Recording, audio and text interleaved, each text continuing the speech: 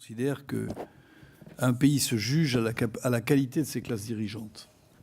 Et nous avons à faire une démonstration. Moi, je suis un ardent, farouche défenseur de l'accord national interprofessionnel. Non pas qu'il soit parfait. Il n'est pas du tout parfait.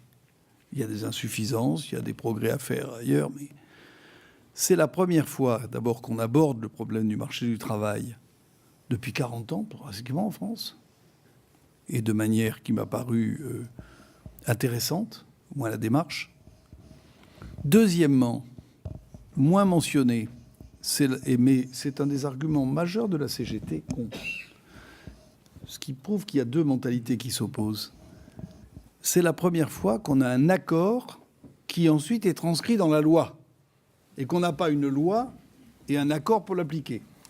Donc ça, c'est la méthode Hollande, on va voilà. dire. Alors, non, c'est pas la méthode Hollande. C'est une méthode qui, je ne cherche pas à personnaliser. Je dis seulement que pour la première fois, à mon avis, on a mis les choses dans le bon sens. Non pas que je méprise la loi est supérieure à l'accord. Mais la loi, là, vient pour donner sa solidité à l'accord. Alors maintenant, cet accord, tout va être dans la mise en œuvre. Cette mise en œuvre va dépendre d'abord des signataires, l'unité des signataires patronaux, qui va être testée, puisque quand même, ça n'a pas été une mince affaire que de rassembler les trois partenaires patronaux. Et je pense que Jean-François Pillard a dû user de ça. Il est aussi diplomate que l'ambassadeur qui est à côté de nous. Il ferait un excellent ambassadeur. Merci. Et d'ailleurs, il en a la prestance. Deuxièmement, ça va dépendre de ceux qui ne l'ont pas signé aussi. FO et la CGT ont indiqué qu'ils étaient contre, c'était leur droit le plus absolu. On constate quand même que dans les entreprises, ils signent assez souvent des accords qui ressemblent beaucoup avec l'accord national interprofessionnel. Et moi, j'ai été assez frappé dans un débat que j'ai eu avec Mohamed Oussedik, que certains d'entre nous connaissons, de la CGT, sur le fait que son principal point d'achoppement, c'était que ce n'était pas la loi qui avait fixé les choses, qu'on était passé d'abord par l'accord des forces sociales avant d'aller vers la loi. Je pense que là, il y a un problème culturel en France très important, qui est de savoir quel est le rôle du dialogue social. L'archétype de l'erreur, c'est les 35 heures. Où là, on a eu une loi qui est tombée raide comme la justice. Et ensuite, il a fallu que les entreprises, une à une, aillent négocier des choses qui leur étaient largement imposées, entreprises ou branches. Donc je pense que là, on a quelque chose qui a plutôt fonctionné. Donc oui, on a un moment très important et il ne faut pas rater cette occasion. On peut toujours rater les occasions. C'est là où je disais que les classes dirigeantes ont leurs responsabilités. Nous ne devons pas rater l'occasion. Parce que moi, ce qui me frappe dans le modèle suédois, j'y reviens. Bon, il y a beaucoup de choses qu'on peut regarder. Et c'est intéressant parce qu'ils ont la même politique de montée en gamme que celle qui me paraît souhaitable. C'est un pays qui n'a pas d'ETI, qui est entreprise de taille intermédiaire, qui est comme nous, avec des grands groupes et des PME. Et il n'arrive pas à créer son tissu d'entreprise. Pas mal de boîtes familiales, quand même, de grands groupes. Oui, alors, mais j'y viens, cher ami. Ce qu'on constate quand même, parce que je vais me faire l'avocat du diable, c'est qu'on a un capitalisme particulièrement mature, capable de patience, de sens du compromis, parce qu'on dit on n'a pas mis à bas l'État-providence en Suède. Il reste extraordinairement puissant. Il était gigantesque, il reste extrêmement fort. Et donc, il y a eu un consensus sur un État-providence que, sur certaines dispositions, nous aimerions bien avoir chez nous. Donc, je crois qu'il y a cet élément. Les deux côtés, si on veut progresser dans le dialogue social, les deux côtés doivent bouger, la partie patronale et la partie syndicale.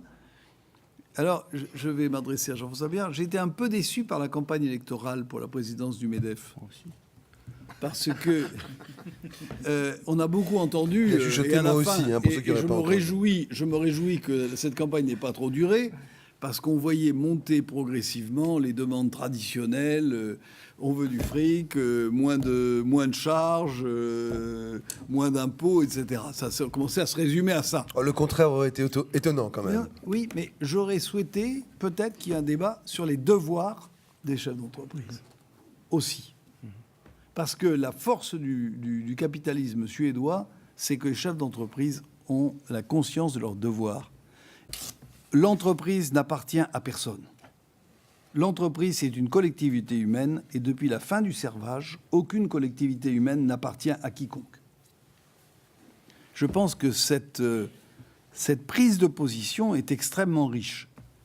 Les actionnaires sont propriétaires du capital de l'entreprise, et à ce titre, ils ont des droits forts dans l'entreprise, notamment celui de la protection de leur capital, de la rémunération de leur capital, du développement de l'entreprise, pour justement assurer cette pérennité et cette croissance du capital. Mais ils ne sont pas les propriétaires des hommes et des femmes qui sont dans l'entreprise. C'est une collectivité humaine, elle a des parties prenantes. Et c'est à ce titre, je ne dirais pas c'est l'entreprise des salariés, parce qu'elle n'appartient pas plus aux salariés. Je dirais que c'est un corps juridique très spécifique qui a un capital possédé par des actionnaires qui ont des droits, mais il y a d'autres parties prenantes, parmi lesquelles les salariés, et c'est une des raisons pour lesquelles je pense qu'il faut que les salariés se sentent chez eux dans l'entreprise, qu'ils ne se sentent pas chez le patron. Ils sont chez eux dans l'entreprise. Ça aide, parce que quand nous faisons, moi je fais des aides aux entreprises.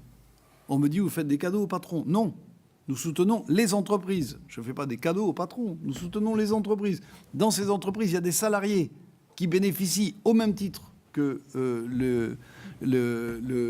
l'actionnaire de ces aides, de ces soutiens à l'innovation, etc. Et ça veut dire aussi que lorsque ça entraîne des prises de responsabilité, le fait que chacun se sente partie prenante de l'entreprise. Les partenaires sociaux, les syndicats doivent se sentir en responsabilité dans l'entreprise. C'est à peu près à 180 degrés de la position d'une organisation syndicale comme FO, qui considère que l'entreprise, c'est l'affaire des patrons, qu'eux, ils ont à défendre les droits des salariés. Je pense que cette conception, je le dis en toute amitié à Force ouvrière, cette conception de l'entreprise est maintenant dépassée. C'est joli, c'est magnifique même. Est-ce que le pouvoir, dans la vraie vie, il n'est pas d'un côté plutôt que de l'autre? Est-ce que c'est pas un peu idéaliste, non, de cette idée de l'entreprise qui est une collectivité qui appartient à personne? Ça a une conséquence. Le pouvoir appartient à quelqu'un. Ça a une conséquence. Je considère que le pouvoir hégémonique des actionnaires dans l'entreprise est un vrai problème dans le capitalisme anglo-saxon. Mais il est frappant de voir que seuls les anciens patrons disent ça. Non. En Allemagne, je l'ai dit quand j'étais patron de ADS, donc je ne change pas d'avis. En Allemagne, ce n'est pas le cas. Je vous rappelle qu'au conseil de surveillance, il y a autant de représentants du personnel que de représentants de la direction.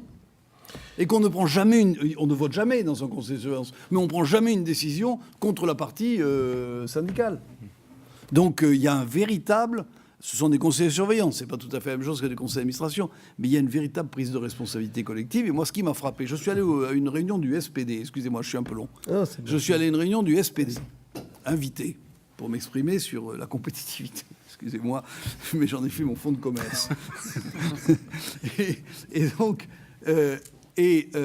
à cette réunion du SPD, il y avait M. Steinbrück, M. Steinmeier, c'est-à-dire les leaders du parti, M. Gabriel. Il y avait les représentants syndicaux. J'étais à côté de M. Huber, patron de IG Metall. Il y avait le patron de la DGB, etc. Et puis il y avait Tom Enders. Il y avait Dieter Zetsche, le patron de Daimler. Il y avait tout le patronat était là, au même titre que les syndicats. Ça choquerait ici, non? Je ne pense pas que ça soit possible aujourd'hui, hic et nunc, comme on dit en latin. On va parler suédois un petit peu.